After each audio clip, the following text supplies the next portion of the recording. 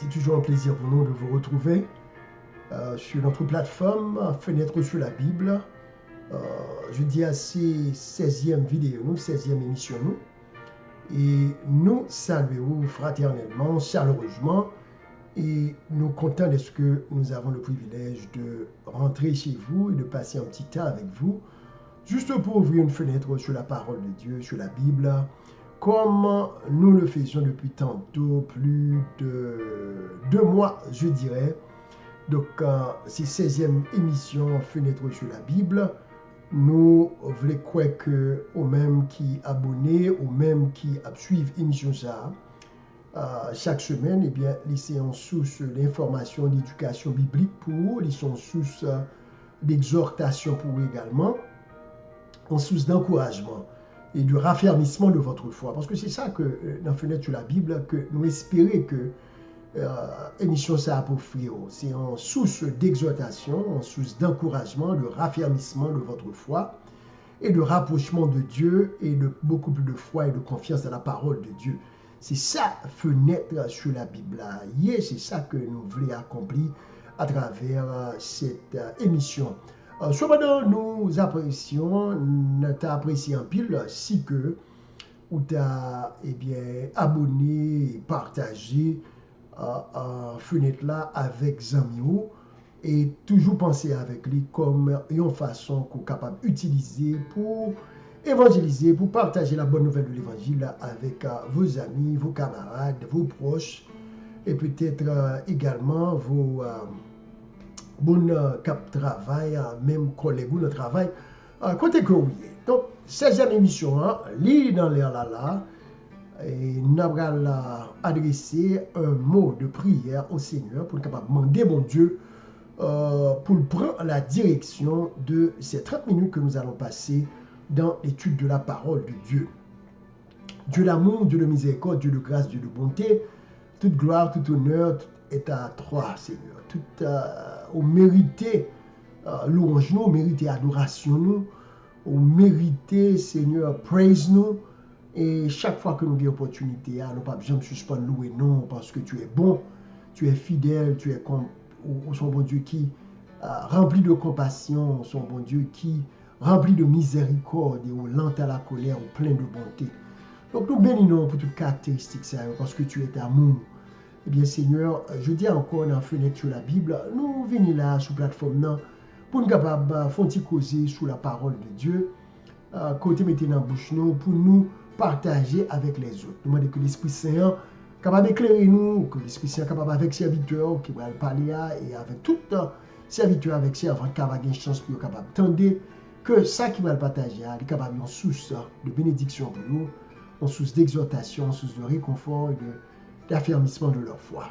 Et bien Seigneur, nous ne pas multiplier plus parole devant, nous demandons pour faire nos grâces, tant des prières ça, exaucer pour nous, au nom de Jésus, nous prions comme ça. Amen. Amen, merci. Je dis à nous, dans la 16e vidéo, Fenêtre sur la Bible, nous avons entré dans la suite étude que nous avons fait avec vous pendant ces quelques semaines passées. Alors, côté que nous avons dans un premier temps, et comment Malte fait paraître dans l'univers. Son petit rappel n'a fait rapide pour nous enchaîner avec vous dans la 16e vidéo. Nous avons dit que Malte a commencé qui côté ça, c'était dans le ciel, avec un chérubin protecteur, Lucifer, qui était révolté contre le gouvernement de Dieu. Et à la suite de sa révolte, il a entraîné presque un tiers d'anges ensemble avec lui dans la rébellion contre Dieu. Et comme un résultat de sa rébellion, bon Dieu était chassé lui et sa place ne fut plus trouvée dans le ciel, comme nous t'expliquons ça à travers les Saintes Écritures, particulièrement Ézéchiel 28, Ésaïe 14 et Apocalypse 12. La question qui t'est restée pour nous demander, c'est si le péché, ou encore la désobéissance au commandement de Dieu, parce que c'est ça le péché, il commençait dans le ciel. Maintenant, comment le péché fait-il venir atterrir sur la terre? Comment le péché fait venir atterrir sur la terre? Comment les hommes ont-ils arrivé à pécher? Donc, si le péché a commencé dans le ciel avec Satan, avec Lucifer, eh bien, assurément, c'est ce même Lucifer qui, après s'être rébellé contre Dieu dans le ciel, il a amené sa rébellion sur la terre. Ça qui fait sens, ça qui est logique. C'est lui qui rébellé contre mon Dieu dans le ciel là. Maintenant, il vient sous terre tout.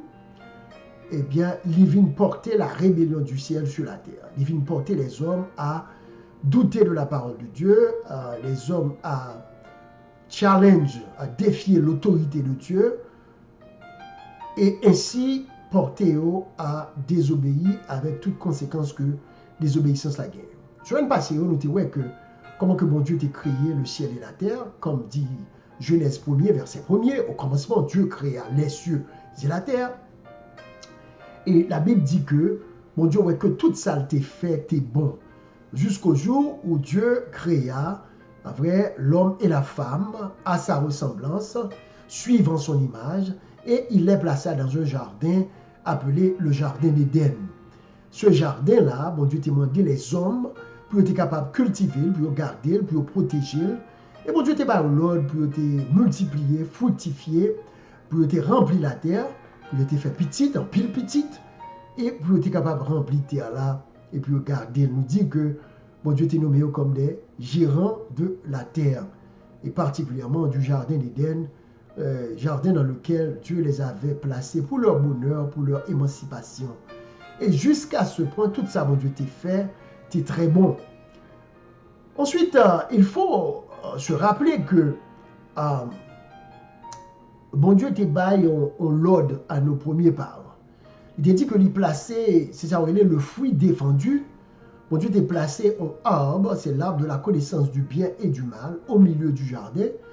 Il t'a baillé en l'ordre de façon péremptoire, de façon claire, pour ne pas toucher, pour ne pas manger alors, eh bien, cet arbre, l'arbre de la connaissance, le fruit de l'arbre de la connaissance du bien et du mal, parce que bon Dieu t'a dit que le jour que vous mangez, il y a mouru. Conséquence là, directe, eh bien, c'est la mort, c'est la mort. Je dis à nous, comment le péché entra-t-il dans le monde? Comment le péché qui commençait avec Lucifer dans le ciel fait venir atterrir sur la terre? Je dis à nous considérer trois stratégies que Satan utilisait jusqu'à aujourd'hui, qu'il était utilisé pour être capable de séduire Adam et Ève. Jusqu'à aujourd'hui, eh bien, les stratégies de Satan pour porter l'homme à se révolter, à se rébeller ou encore à désobéir à Dieu, eh bien, ces stratégies n'ont pas changé. Il est important pour que, ou même, qu'à vivre sous terre, côté que Satan a fait ravage sous terre, et toute la journée, il a induit mon en erreur, il a décevoir mon, il a porté mon à se rébeller contre les principes de Dieu, contre les commandements de Dieu. Il est important pour comprendre ces stratégies que le diable utilise très souvent pour porter l'homme, pour porter les hommes à désobéir à Dieu et à se révéler contre la volonté de Dieu. Alors, on allait dans la Bible là pour nous voir si nous pouvons identifier ces trois stratégies que le diable utilise très souvent pour porter l'homme à pécher contre Dieu. Alors, d'entrée de jeu, et on a dit que dans Genèse 2, verset 15, alors que bon Dieu était fini placé dans un cadre paradisiaque, le jardin d'Éden, c'était le paradis sur terre, mais bon Dieu était baillé l'autre. C'était dans Genèse 2, verset 14 à 15, côté que bon Dieu t'a dit, l'Éternel Dieu prit l'homme et le plaça dans le jardin d'Éden pour le cultiver et pour le garder. L'Éternel Dieu donna cet ordre à l'homme, tu pourras manger de tous les arbres du jardin, mais tu ne mangeras pas de l'arbre de la connaissance du bien et du mal, car le jour où tu en mangeras, tu mourras. Parole, mon Dieu, est claire. L'ordre de Dieu, la parole est claire. Bon Dieu dit, vous êtes capable de manger tout fruit qui est dans le jardin, mais quant au fruit de l'arbre de la connaissance du mal, tu ne mangeras pas. C'est fini. Tu ne mangeras pas parce que le jour où manger, vous va mourir. L'ordre est clair, pas d'ambiguïté, parole, mon Dieu, est claire, Et c'est Dieu encore, c'est pas un ange que bon Dieu t'a voué à la commission, mais c'est bon Dieu lui-même qui t'a parlé avec Adam. C'est bon Dieu lui-même qui t'a parlé avec Adam, c'est bon Dieu lui-même qui dit à Adam de façon claire que si il touchait à cet arbre, c'est-à-dire au fruit défendu, eh bien, conséquence là, c'est que l'arbre mourit. Pas gagné, depuis bon Dieu finit de parler, c'est point final, c'est oui et amen. Cependant, nous allons voir que le diable qui déjà était rébellé contre bon Dieu dans le ciel, qui était conduit en guerre dans le ciel contre Dieu, nous avons ça dans Apocalypse 12, versets 7 à 9, côté que parole de Dieu a dit, nous avons une guerre dans le ciel, que Michel et ses anges combattirent contre le dragon, et le dragon et ses anges combattirent, mais ils ne furent pas les plus forts. Donc Satan a été chassé du ciel à la suite de combats spirituels avec Jésus-Christ et les anges qui étaient restés fidèles à Dieu. Voilà maintenant qu'il va se présenter sous la forme d'un serpent. Il va utiliser un serpent comme un médium pour tenter l'homme et porter l'homme également à se révolter contre les principes de Dieu, contre la parole de Dieu et contre l'autorité de Dieu. Lisons cela dans Genèse, le chapitre 3, à partir du verset 1er. Il a dit que le serpent était le plus rusé de tous les animaux des champs que l'Éternel Dieu avait fait. Il dit à la femme, Dieu a-t-il réellement dit, vous ne mangerez pas de tous les arbres du jardin? Dans mes fontirité avec vous, right there, dans le premier verset. Premier bagage que Paul a dit dans Genèse 3 premier, c'est que le serpent était le plus rusé de tous les animaux, le plus rusé de tous les animaux du jardin. Dans un second temps, verset a dit que il dit à la femme. C'est comme, c'est le serpent qui parle. Or, la faculté de parler ne revenait qu'à l'homme et à l'homme seul. C'est seulement à l'espèce humaine, aux gens humains, que mon Dieu te baille faculté pour nous te parler. Voilà que Ève, dans le jardin d'Éden, se retrouve en face d'un serpent et le serpent commençait à parler ensemble avec lui. Ça pour nous comprendre ici, c'est que le serpent est utilisé ici, est un animal, il ne parle pas, mais Satan utilisait le serpent comme un médium, c'est-à-dire servir avec lui, pour être capable de séduire Ève, pour porter Ève à pécher contre Dieu. Nous sommes capables de dire que depuis Ève t'a ouais que le serpent parlait, il t'a doué senti que something was wrong, que gon bagay qui pas clair là. Ève t'a supposé réaliser que, eh bien, il y a en présence d'une entité qui est surnaturelle. Parce que, comment fait-il que serpent pas jamais qu'on parler et soudainement serpent prend la parole et engager Ève dans un dialogue ensemble avec lui. Si c'est même qui était Ève, depuis la m'te ça, m't'a crasé rac.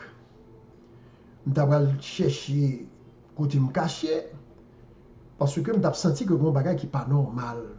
Parce que bon Dieu par contre utilisait serpent pour te parler avec eux dans le jardin d'Éden, bon Dieu te con ouais avec eux parce que c'était leur créateur, il savait leur parler face à face.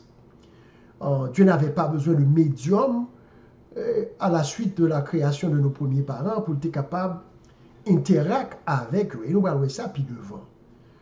Donc, depuis la manifestation ça, Ève était supposée sentir que mon bagage qui n'est pas normal, était supposée déplacer immédiatement, démarquer parce que, mais c'est pas ça que le fait. Et nous voyons que l'homme de par nature est curieux. Et quand pile monde qui compte tomber dans l'obo, qui compte tomber dans sac passa, qui compte tomber dans des sociétés occultes, dans des manifestations occultes, ou encore sataniques ou démoniaques à cause de leur curiosité. Ils auraient aimé une belle merveille, ils sont curieux, ils ont besoin qu'on ait. Et Satan, des fois, utilise la curiosité humaine pour éloigner l'homme de Dieu et pour nous forcer sur le terrain de la tentation et pour arriver à nous vaincre et à nous porter à faire des choses qui ne sont pas en harmonie avec la volonté de Dieu. Donc la curiosité, elle est capable, il y a mal, elle est capable de conduire au péché. Et nous allons voir que c'est ça qui arrivait avec Ève, la première femme, la femme d'Adam, que Dieu avait mis à ses côtés pour lui servir de compagne. Donc, Satan servit avec le serpent comme un médium. Qui te me rappelle que, pas oublier que dans la Bible, tout, il y aurait les Satan, le serpent ancien. Et nous te ouais, verset ça, nous avons fait un petit coup de pied back dans Apocalypse 12 ensemble avec vous. Si nous allons dans Apocalypse 12, nous avons parlé de la guerre spirituelle qui était levée dans le ciel entre l'ange déchu, le chérubin protecteur, c'est-à-dire Lucifer, qui vient Satan, le diable.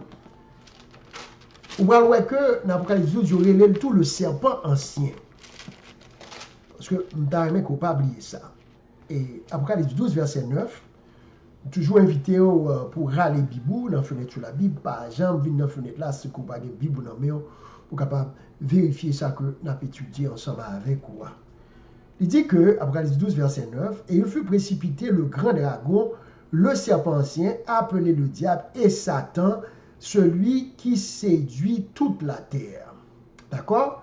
Donc, quels sont les noms attribués à Satan dans Apocalypse 12, verset 9? Il y aurait le Kijan, il y aurait le grand dragon. Par exemple, on va étudier les prophéties de l'Apocalypse, on va voir côté on parle du dragon. À chaque fois que l'Apocalypse parle du dragon, eh bien, c'est une façon de désigner Satan. C'est toujours le même personnage-là. Il y aurait le dragon, il y aurait le tout dans la Bible, le serpent ancien, il y aurait le Satan, il y aurait le diable, et il y a décrit une grande description du diable dans Apocalypse 12, verset 9, c'est qu'il est le grand dragon, le serpent ancien, celui qui séduit toute la terre. Celui qui séduit toute la terre. Donc le serpent ancien, c'est le diable. Eh bien, ce qu'il fait sur la terre, non seulement il fait séduire, c'est le ange dans le ciel là, qui était révolté, que mon Dieu était chassé ensemble avec lui. Ces anges-là, ce sont des démons, après, les mauvais esprits qui l'ont accompagné quand il fut précipité. Maintenant, qu'est-ce qu'il fait? Il est venu sur la terre, il a continué à séduire les hommes. Donc ça veut dire, si même avant nous pas bien ancré dans la parole de Dieu, dans la Bible, nous pouvons tomber sur la séduction de Satan parce qu'il est très méticuleux, il est très astucieux et il connaît la psychologie de l'homme très bien parce qu'il a des milliers d'années d'existence et des milliers d'années depuis que l'a séduit les hommes, l'a porté les hommes à faire ça qui mal. Donc il connaît les tendances naturelles du cœur de l'homme. Donc il est bien armé pour pouvoir nous séduire. Il ne faut nous pas oublier que la Bible présente nous le diable comme étant le grand séducteur, celui qui séduit toute la terre. Le serpent ancien. Donc c'est sous la forme d'un serpent, ici dans Genèse 3, verset 1er, que le diable apparut à Ève dans le jardin d'Éden et il engagé Ève dans un dialogue. Et dialogue que lui engagé Ève là, ce n'est pas sans... c'est pas un dialogue gratuit, mais l'idée bagaille bien déterminé dans la tête, c'était pour porter Ève à douter de la parole de Dieu. Frère Gary, pour qui soit dit ça? Et on regarde bien pour nous qui ça, le Satan servait avec serpent comme un médium pour parler avec Ève. Qui ça que il dit en premier? Il dit comme ça que Dieu a-t-il réellement dit, vous ne mangerez pas de tous les arbres du jardin? Est-ce que bon Dieu t'a dit, enfin c'est une question, est-ce que bon Dieu t'a dit vrai que ou pas supposé manger de tous les arbres du jardin? Il commençait avec une question. Comprenez une question serpent bien. Bon Dieu pas dit que ne pas manger tous les arbres du jardin. C'est pas ça que bon Dieu t'a dit. Et Satan connaît exactement ça que bon Dieu t'a dit. Mais il commençait à déformer la parole de Dieu parce qu'il gagne en tête pour amener la femme sur son terrain de séduction et pour porter la femme à pécher et par ainsi porter l'homme à pécher. C'est-à-dire porter Adam et Ève à pécher contre Dieu parce que c'était là son objectif. Songez bien, lorsque mon Dieu était bail l'autre là à Adam, qui ça te dit? Nous cap jouer ça back, nous cap tourner back dans Genèse 2. Côté que mon Dieu te dit, Adam, verset 16, l'Éternel Dieu donna cet ordre à l'homme, tu pourras manger de tous les arbres du jardin. L'ordre que mon Dieu te dit, bon Dieu pas jamais dit pas manger arbre dans le jardin du tout, non? Mon Dieu te dit à l'homme, tu pourras manger de tous les arbres du jardin, à l'exception de l'arbre de la connaissance du bien et du mal, car le jour où tu en mangeras, tu mourras. Et je me demande également, pour qui ça, et Satan, c'est à Ève que lui parlait particulièrement. Et moi, je voulais quoi tout que Adam n'était pas trop loin. Adam devait être là. Et ça que fait nous dire ça, c'est parce que nous voyons les femmes dans film prend pomme, alors, il prend un fruit arbre là, il mange il va le partager avec Marie, avec Adam. Donc ça montre que Adam part loin. Et m'a demandé est-ce que Adam pas même témoin de ce dialogue entre Satan sous la forme d'un serpent, eh bien, qui a pu essayer de semer le doute dans l'esprit de la femme. Pas bien te dire que nous avons essayé de couvrir avec vous 3 stratégies que Satan a utilisées pour porter nous à pécher contre Dieu pour induire les hommes en erreur. 3 stratégies, ça, la première, c'est semer le doute. C'est semer le doute sur la parole de Dieu. Fait-nous douter de ça, bon Dieu dit. Depuis là, il mal dérapé dans la conversation. Il dit, Ève, que vous ne mangerez pas de tous les arbres du jardin.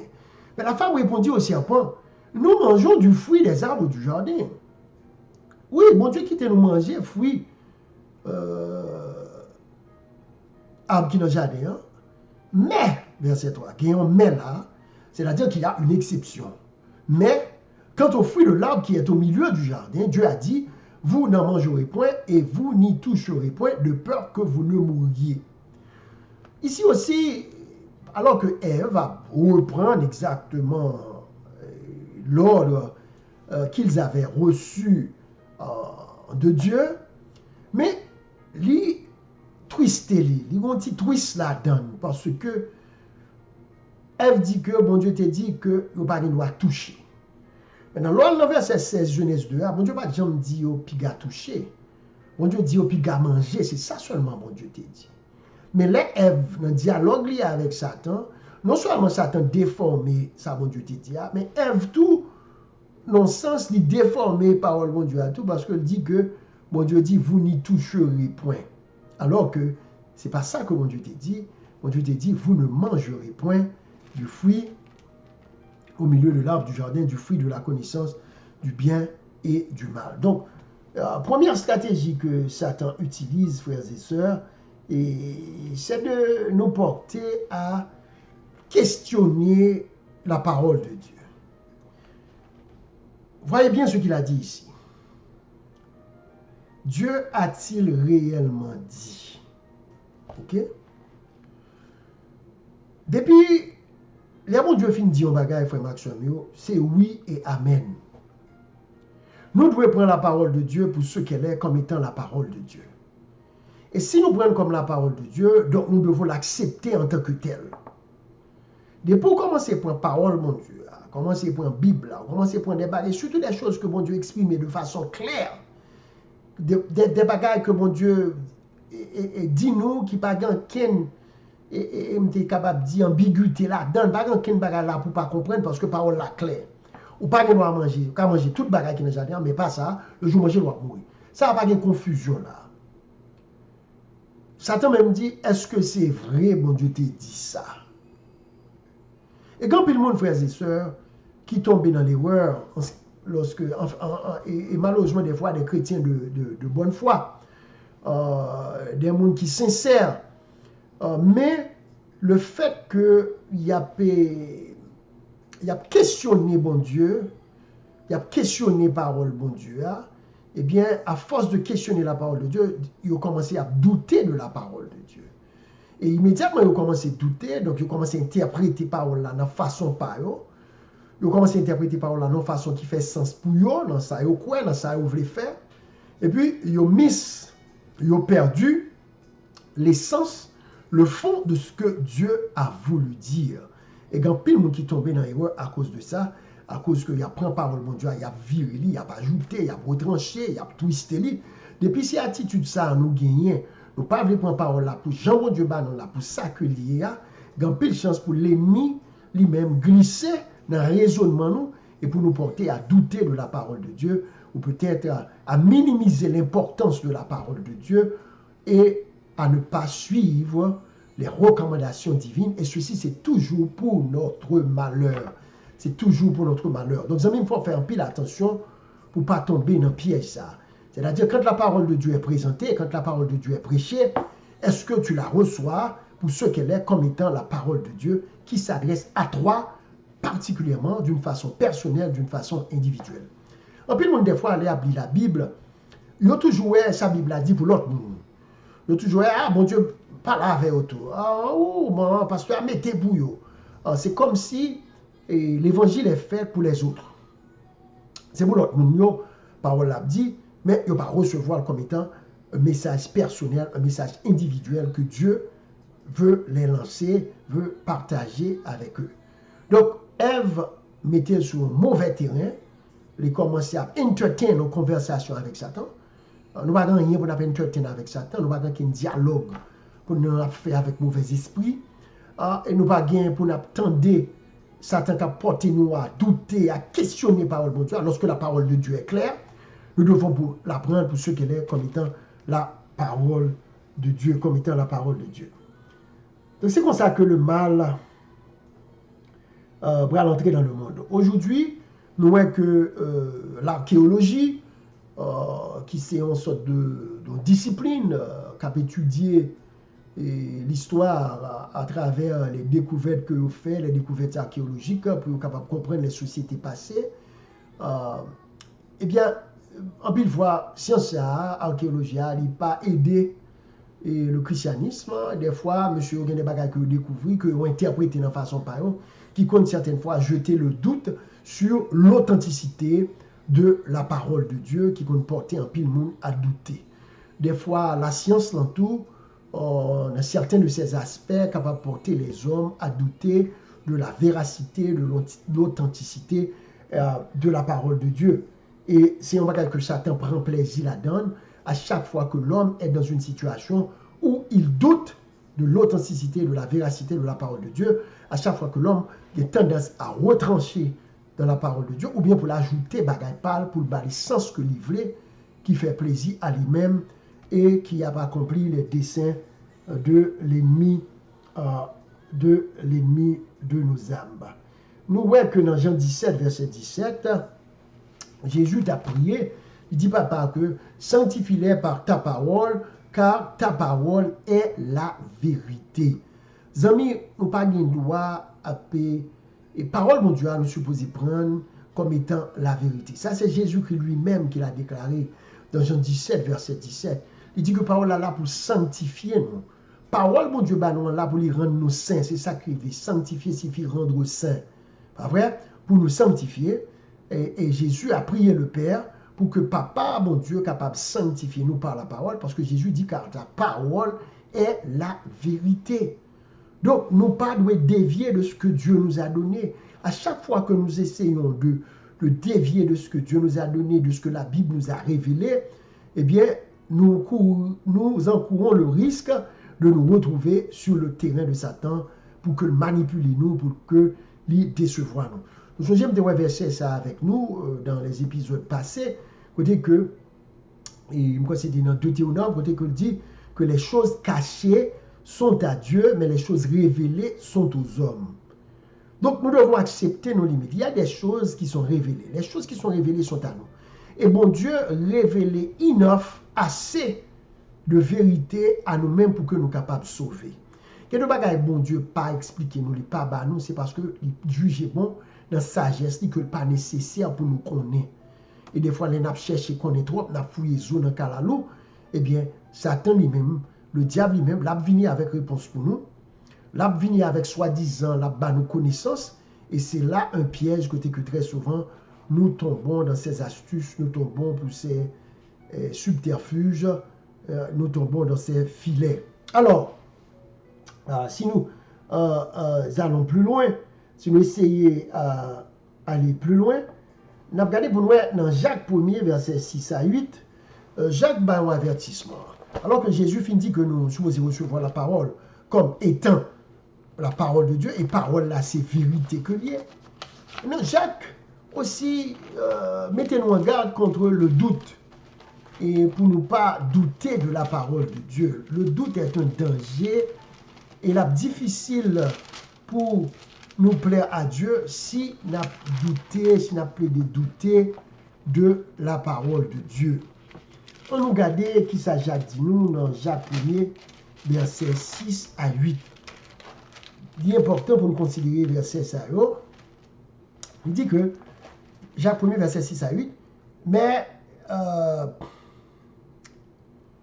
si quelqu'un d'entre vous, on a commencé à lire à partir du verset 5, manque de sagesse, qu'il la demande à Dieu, qui donne à tout simplement et sans reproche, et elle lui sera donnée. Mais qu'il la demande avec foi, sans douter, car celui qui doute est semblable au flot de la mer agité par le vent et poussé de côté et de l'autre. Que tel homme ne s'imagine pas qu'il recevra quelque chose du Seigneur. C'est un homme irrésolu, inconstant dans toutes ses voies. Qui ça Jacques te voulait dire nous là? Jacques dit que lorsqu'on a prié mon Dieu, lorsqu'on a demandé mon Dieu en bagage, ou bien lorsque mon Dieu dit non bagage, nous ne pas supposé douter. Il dit que si on a fait demande à mon Dieu ou douter, eh bien, pas espérer que vous allez joindre un résultat. Si on ne prend pas parole, mon Dieu, pour ce qu'elle est comme étant la parole de Dieu, on douter de lui et pouvoir prier, depuis dans le doute, c'est difficile pour prier exaucer. En d'autres termes, c'est ça, Jacques veut dire nous là, on est capable de douter ou sembler au flot de la mer. Ou qu'on voit les vents pousser vagues dans la mer, les pousser dans le nord, pousser dans le sud, pousser dans l'est, pousser dans l'ouest. Eh bien, il y a un pile monde qui vit vraiment mieux. C'est comme ça que vous y. C'est comme ça que vous y. Alors, nous pas devons douter de la parole de Dieu. Nous devons l'accepter pour ce qu'elle est. Parce que si nous doutons, eh bien, qu'est-ce qui arrive? C'est que c'est difficile pour que Dieu soit capable, excusez-nous, tendez prier en nous. Donc, si nous pas voulons, bon Dieu, si nous voulons, bon Dieu, tendez prier en nous, lorsque nous prions, bon Dieu, c'est pour nous prendre habitude, amis, frère Maximio, pour nous faire qui ça?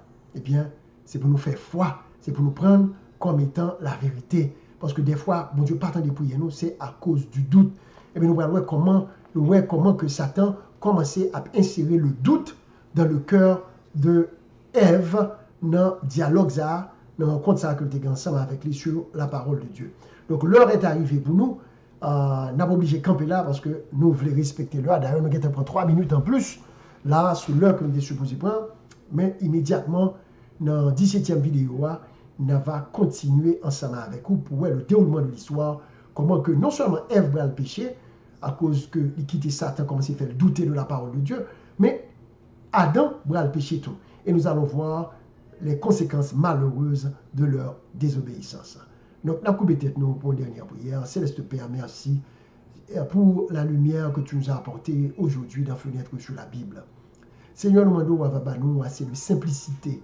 Nous la simplicité de l'enfant, l'humilité de l'enfant, pour que nous puissions accepter la parole de Dieu telle qu'elle est, telle qu'elle nous est présentée dans ta parole.